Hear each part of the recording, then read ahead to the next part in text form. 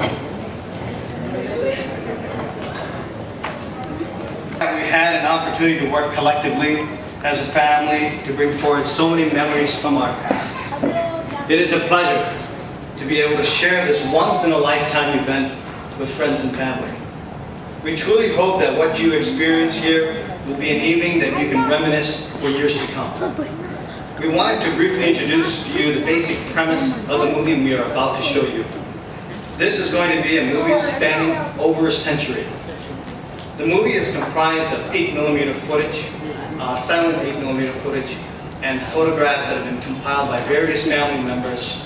So, therefore, some of these photographs are not perfect.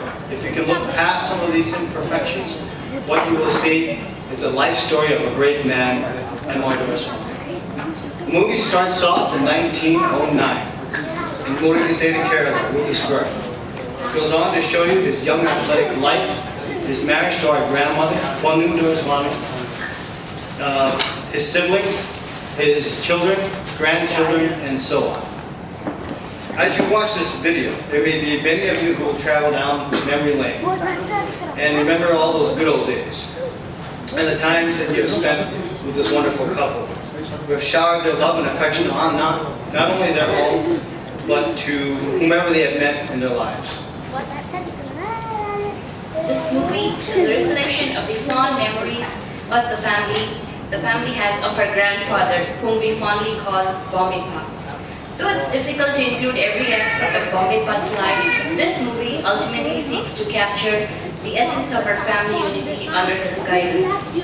We would also like to add that whatever ways we've known BombayPa and BombayMa, either by being born into the family like Sri Arvind, or having joined through marriage like me, or in any other way, we all feel truly blessed to be part of their lives and are grateful for the times that we've spent with them and the times that we'll be spending with them. So please sit back, relax, and enjoy our movie.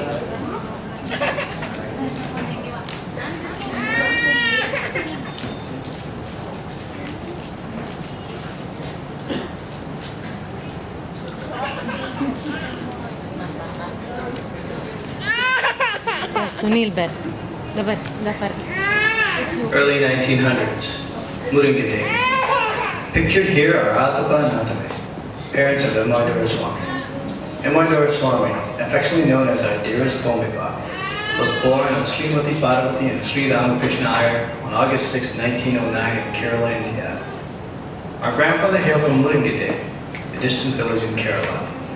His ancestors had moved from Tamil Nadu to Kerala over 4 generations earlier.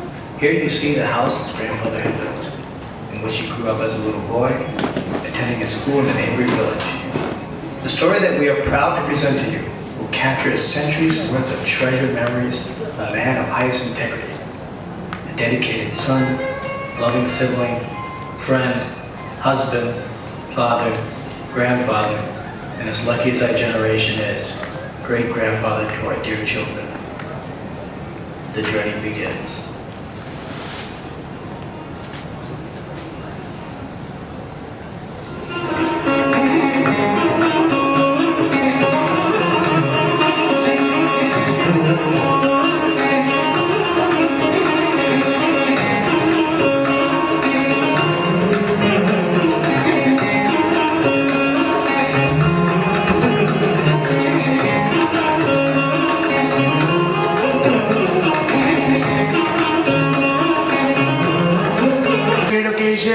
And it's lovely to see everybody assembled in this hall because it's been a long time.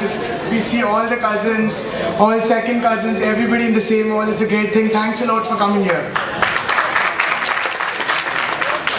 Okay, so I'm going to take over the part of the reminiscences where people come forward and speak about BombayPa. I have the distinction of being the youngest grandson of BombayPa, whom I affectionately call as Appapa.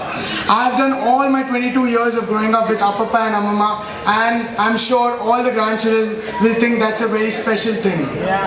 It is therefore my pleasure to run this program of reminiscences, where there are some designated speakers and some who are invited from the audience to speak about our own BombayPa. it is now my privilege to open with my own reminiscence of Appappa and Amama. I start off with Appappa. When I was in second grade, I got hit by a friend of mine who later was not a friend because he hit me on near my left eye and was bleeding profusely. Appappa those days used to come and pick me up from school. He used to walk all the way from Bangbavan all the way to my school and pick me up, you know. So he saw the bruised left eye and he asked me what happened. And I told him this is what happened, my friend hit me and all that. He picked me up, he heard whatever I had to say. He went to my class teacher and he really shouted at her in front of the whole school. That was a sight to watch, I'm gotta tell you that. And she was speechless. She couldn't say anything. And that's the support I've got from my Appappa. Now I have to talk about one Amapa episode which would actually correlate to what my Peripa has gone through too when he was young. This is actually, related to my oversleeping, which still continues. When I had an exam which I overslept and nobody, it was a Saturday, so nobody, realized I had an exam that day, and Amama was the only person who realized, woke me up, got me ready, hailed a cab and took me to school. She asked the examination supervisor to give me extra time, which she did, and guess what? I did fine in my exam. I owe it all to my grandmom. I would now like to call on stage the first person to talk about Appappa, whom we affectionately call as Venkachitappa, Appappa's brother. While all else, everybody is constrained to talk for only 2 to 2.5 minutes, Venkachitappa has been given 3 minutes. Thanks a lot. That's a good one. He deserves that. I really don't know how to talk on this occasion because I'm already emotional. I don't have words to talk. Actually, I want to tell I'm elated, excited and whatnot, but I'm not. I'm completely, gone out of my mood. My brother, who brought me up, I should say, because military we spent very few years in our early days, but most of the time we have spent in Bombay, the care of my money, and Amma. I studied here, took my PhD from Bombay University only because of them. Otherwise, I would have come to Bombay. Thus, after my BSc from Madras, I came here, spent my years and worked here. And he was a pillar of strength. He won't talk much. He was a little, feeling about how to bring his family. But in this, we all supported him. And you can see Ramakrishna, the Professor Emeritus from Purdue, any father can be so proud about him. He is a distinguished professor. He is Minnesota's DSc. He was given. I went to share his happiness when he got the award from Minneapolis, University of Minnesota. And there is nothing like that to get a DSc for honorary degree from a university.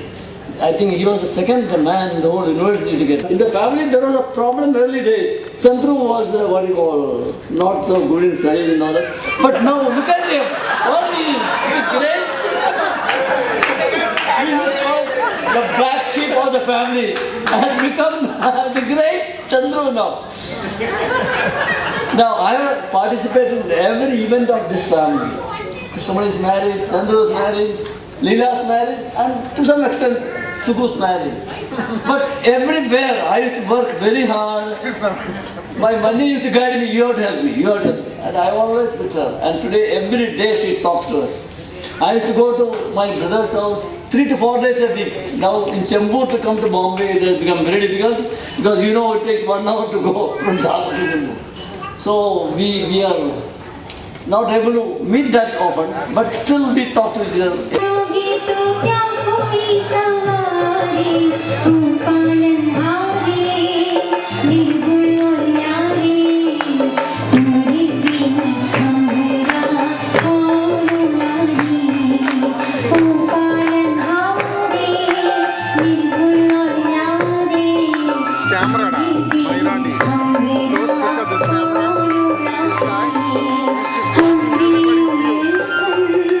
सुलझाओ भगवन